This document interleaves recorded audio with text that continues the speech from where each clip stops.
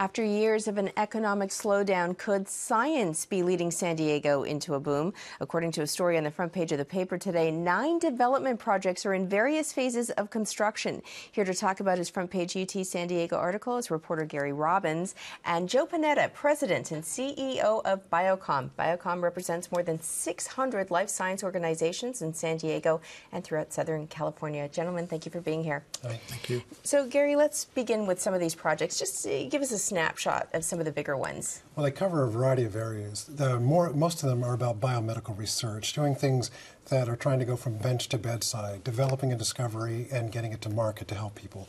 But there's also a major new engineering building at the Jacobs School of Engineering, which continues to grow.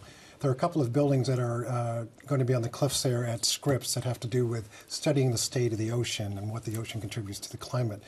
And there's a new planetarium that's just about to open at Palomar College, which in its own way may be more visible to the public because the original planetarium is where most people in San Diego learned about the cosmos over the decades. So it covers a wide spectrum, but it's primarily biomedical research. Now, we have a fairly sluggish economy still. What's driving this then?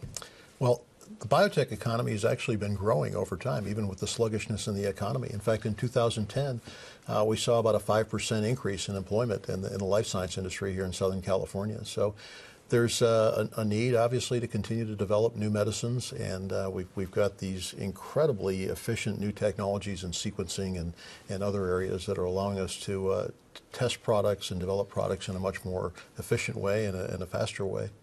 Now, Gary, some of these are public institutions. Do we know where the money's coming from in terms of this development? Most of it comes from bonds that are approved by voters during initiatives. So if you just look back at the major elections, most of the time there are bonds on there to approve roads, schools, research institutions. So the UC has a lot of those, and these are mostly bond initiatives that were approved years ago. You mentioned Qualcomm, too. Do we see more of these private-public sort of partnerships that are funding some of this?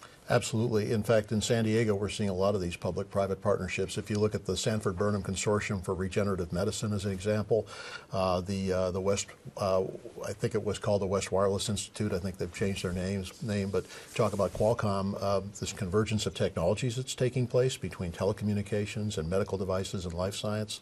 So there is a lot of public-private partnership going on. Now, Gary, your article points to one of these development projects called a Translational Research Institute. Tell me more about what that means. Well, that's going to be built next to the Moores Cancer Center up off the 5 at the UC San Diego facility. The basic idea there is to put more cancer researchers in this big new building. It's a 300,000 square building, which is very large.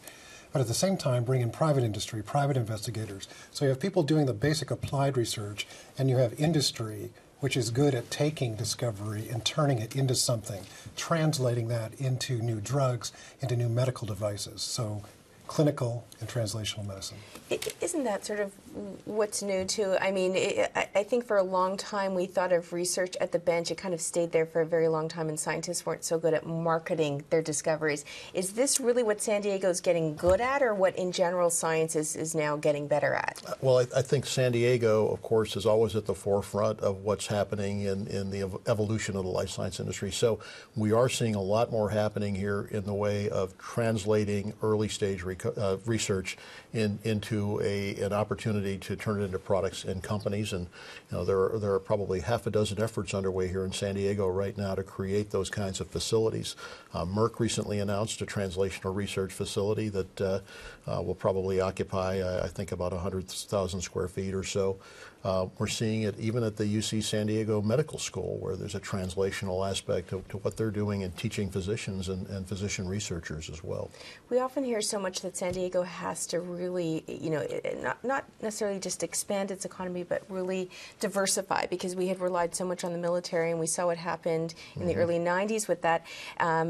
Is this sort of the new I want to say the new business, the new industry that we're going to have to kind of all get together and say this is our future? Well, this industry employs about 41,000 people here in San Diego, and it continues to grow.